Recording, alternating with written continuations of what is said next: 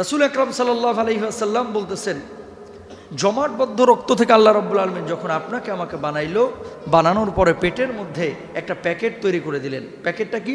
Wernicke's ক্যাসিওসা। যেই প্যাকেটটার মধ্যে আল্লাহ রাব্বুল আলামিন ওই যে পনিরের যে পানি, এই পানির মতো একটা পিচ্ছিল পানি রেখে দেন, যাতে করে আপনার কষ্ট না হয়, মুভিংয়ে যাতে করে আপনার ক্ষতির সম্মুখীন আপনি না হন, সেজন্য আল্লাহ তাআলা এরকম আঠালো পদার্থ রেখে দিয়েছেন।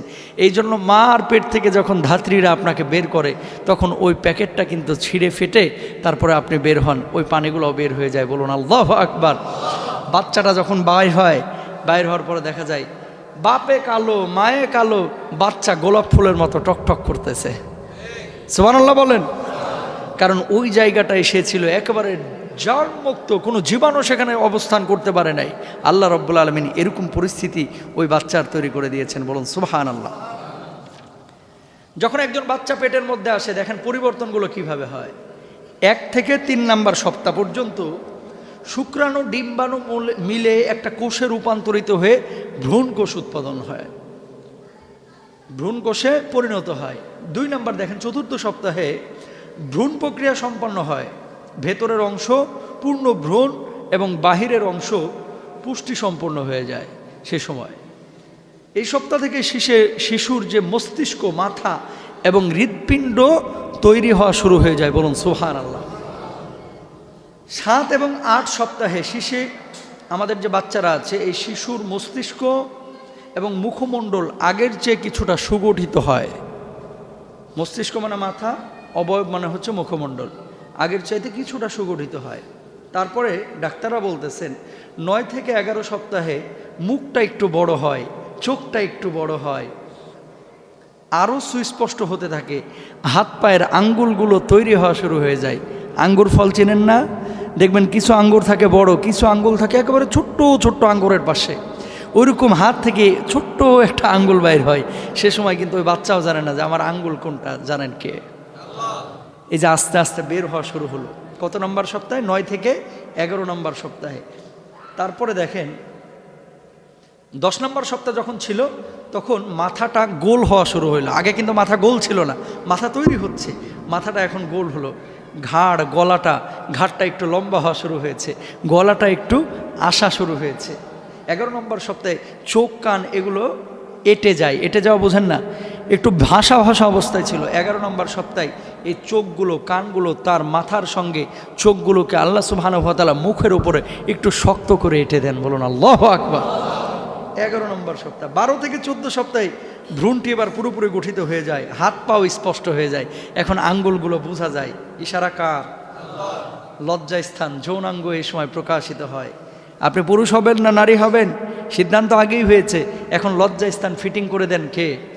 আল্লাহ। পূর্ণ লজ্জাস্থান ফিটিং হয় না, আস্তে আস্তে বাড়তে থাকে। আপনি বড় হন, এগুলো বাড়তে থাকে, আপনি বড় হন, এগুলো বাড়তে থাকে। 120 দিন লজ্জাস্থান এই অবস্থায় থাকার পর আল্লাহ রব্বুল আলামিন এবার ফেরেশতাদেরকে ইশারা করেন, এই ও ছেলে হবে না মেয়ে হবে, এখন তুই মূল লজ্জাস্থানের কাঠামোটা তৈরি করে দে, আমি আল্লাহ রব্বুল আলামিন তোর আদেশ করলাম। বলুন সুবহানাল্লাহ। রব্বুল আলামিন তখন বলেন, ইয়াহাবু লিমান ইয়াশাউ ইনাসাও ওয়া ইয়াহাবু লিমান ইয়াশাউ যুকুর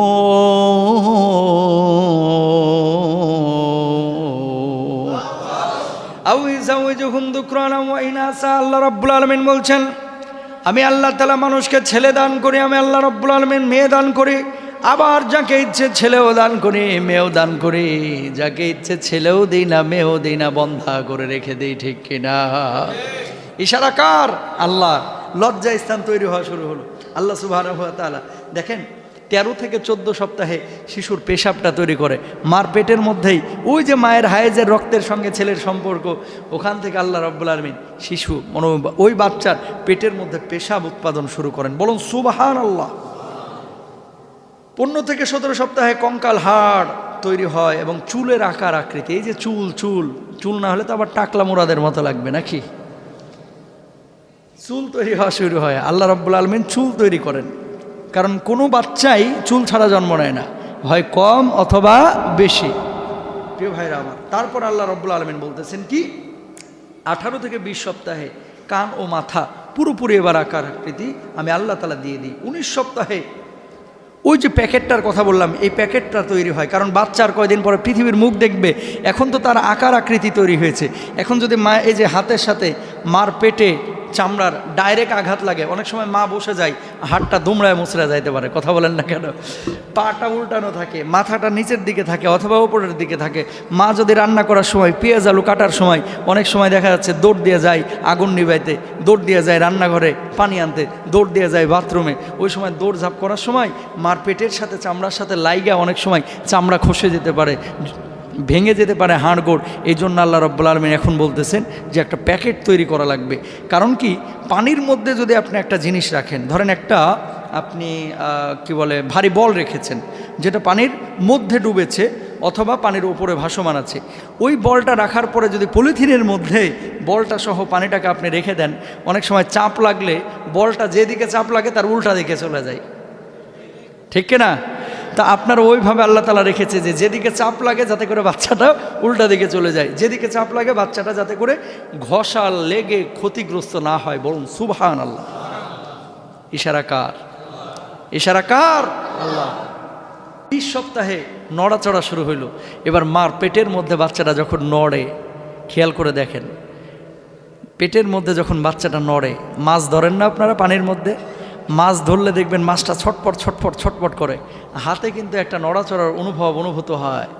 মার পেটের মধ্যে পিলপিল পিলপিল করে বাচ্চাটা যখন নড়াচড়া শুরু করে, মা তখন চোখটা বন্ধ করে সুখ অনুভব করে, যেই সুখ পৃথিবীতে টাকা দিয়ে কেনা যায় না। আপনি বুঝবেন না, আপনি তো বাবা, পেটে আসছে আপনার বউয়ের বাচ্চা, আপনি চিন্তা করতেছেন বাচ্চা কবে আসবে, কবে বাপ ডাক শুনবো, আর মা এগুলো চিন্তা প্রথমেই করে না। যখনই বাচ্চাটা একটু নড়ে, মা তখন পেটে হাত দেয় চুপ করে, আরে আমার কলিজার টুকরো আমার পেটের মধ্যে কবে বের হবে, কবে বের হবে।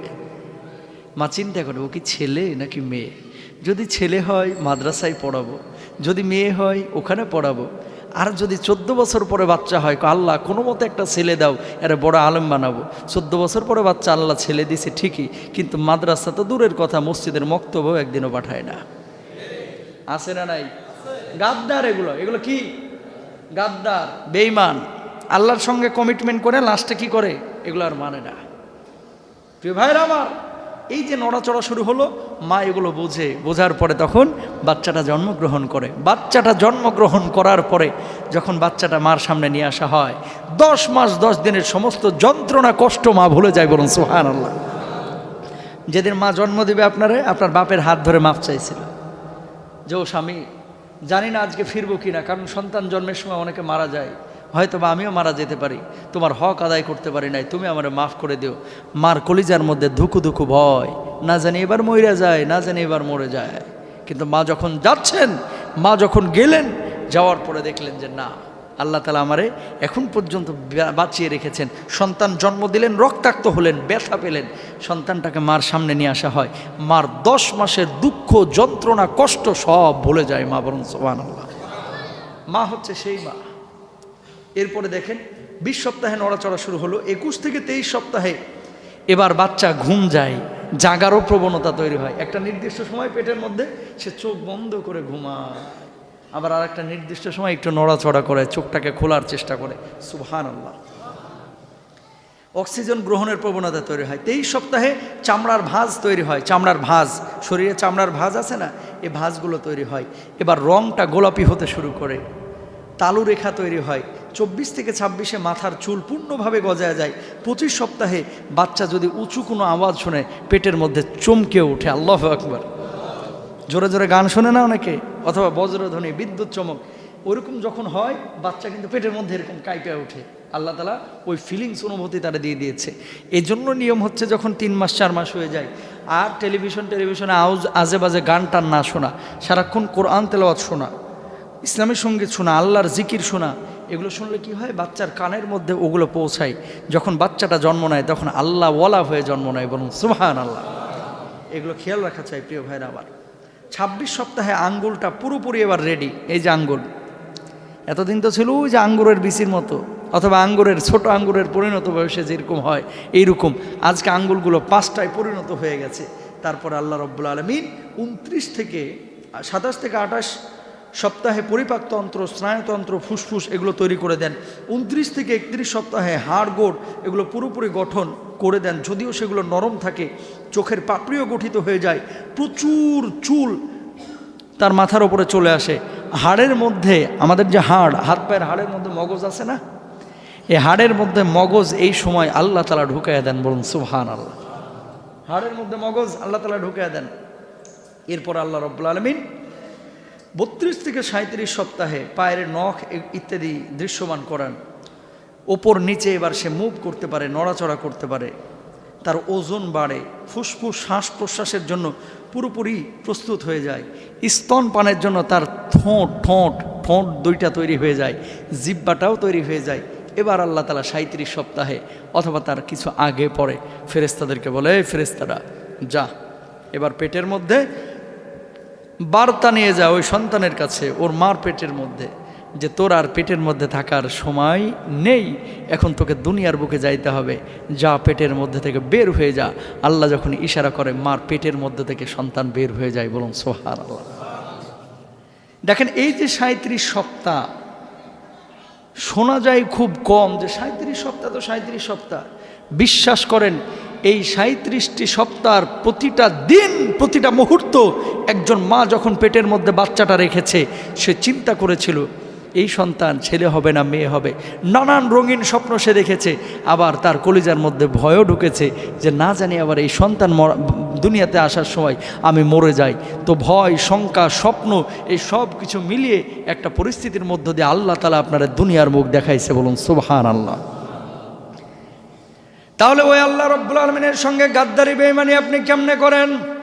আল্লাহ রাব্বুল আলামিন বলছেন, কাইফা তাকফুরুনা বিল্লাহি ওয়া কুনতুম আমওয়াতান ফাআহইয়াকুম সুম্মা ইউমীতুকুম সুম্মা ইউহয়ীকুম সুম্মা ইলাইহি তুরজাউন।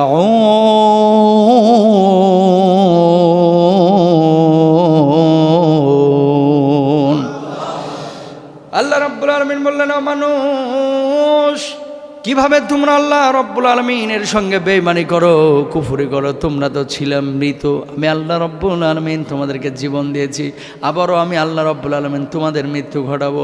তোমাদের পরিবর্তন স্থল, প্রত্যাবর্তন স্থল হচ্ছে আমি আল্লাহ রাব্বুল আলামিনের কাছে। তখন তো তোমরা পার পাইবা না। আল্লাহ রাব্বুল আলামিনের গোলামি দাসত্ব দুনিয়ার বুকে করো। যদি না করো, আল্লাহর সঙ্গে কুফরি বেঈমানি করলে আল্লাহ ছাড় দেন, কিন্তু একেবারে ছেড়ে দিবেন না, ঠিক কিনা? রব্বুল আলামিন আয়াতের মধ্যে বলছেন, ইন্নাল ইনসানা লাকাফুর, মানুষ বড় অকৃতজ্ঞ, খায় আল্লাহর, পরে আল্লাহর, গ্রহণ করে আল্লাহর, সুস্থতা থাকে আল্লাহর নিয়ামতের মাধ্যমেই। মানুষ সব কিছু আল্লাহর ভোগ করে, কিন্তু মানুষ আল্লাহর সঙ্গে বেঈমানি করে। আল্লাহ ছাড় দিবেন, কিন্তু একেবারে ছেড়ে যেহেতু দেন না।